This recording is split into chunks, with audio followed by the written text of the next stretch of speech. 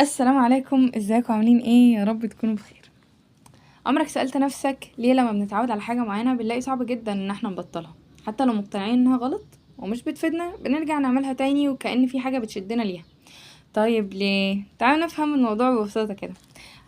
مبدئيا اول ما بتعمل عادة معينة كل يوم ولفترة طويلة، عقلك بيبدأ يعتبرها جزء من يومك ومن روتينك. يعني زي ما بتصحى وتغسل وشك او تشرب قهوتك، بقت عادة تلقائية بتحصل من غير حتى ما تفكر فيها. علشان كده لما بتيجي ان انت تبطل العادة دي بتحس ان في حاجة ناقصة، تحس بفراغ او زهق او حتى توتر، وممكن ما تبقاش فاهم ليه اصلا، وبتيجي تقول لنفسك انا عارف ان ابطلها صعب بس اعمل ايه يعني. بص، كل عادة بنحبها وبنعملها بيبقى وراها سبب علمي بسيط. جسمك بيفرز وقتها هرمون اسمه الدوبامين، وده اللي بيديك احساس بالمتعة والراحة وقت ما بتعمل الحاجة دي. يعني لما تسمع اغنية بتحبها او حتى تمسك الموبايل تسكرول او حتى ان انت تدخن، المخ بيربط العادة اللي انت بتعملها دي تلقائي بسعادة لحظية. مجرد ان انت هتعمل الحاجة دي انا خليك مبسوط ومستمتع. طب انت بطلت العادة دي انا هنكد عليك.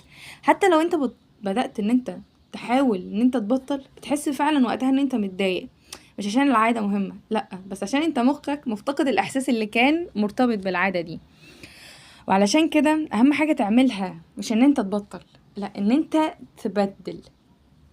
يعني ما ينفعش تسيب مكان العادة ده فاضي.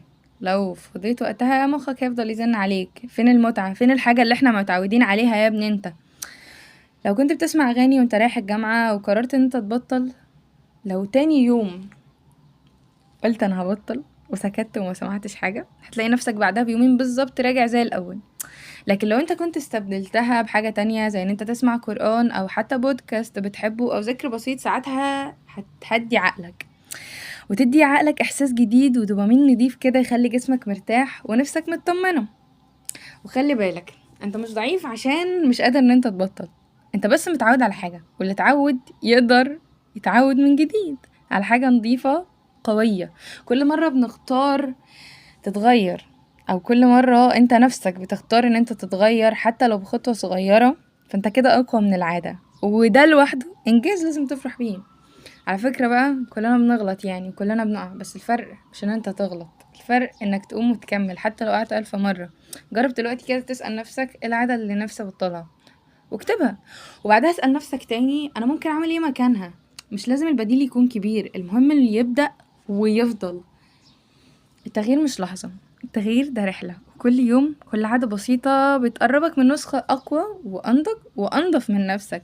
ابدأ حتى لو الخطوة بسيطة، ولو وقعت قوم وكمل وافتكر أنا أستحق أبقى في حتة أحسن وأقدر إن أنا أعمل كده.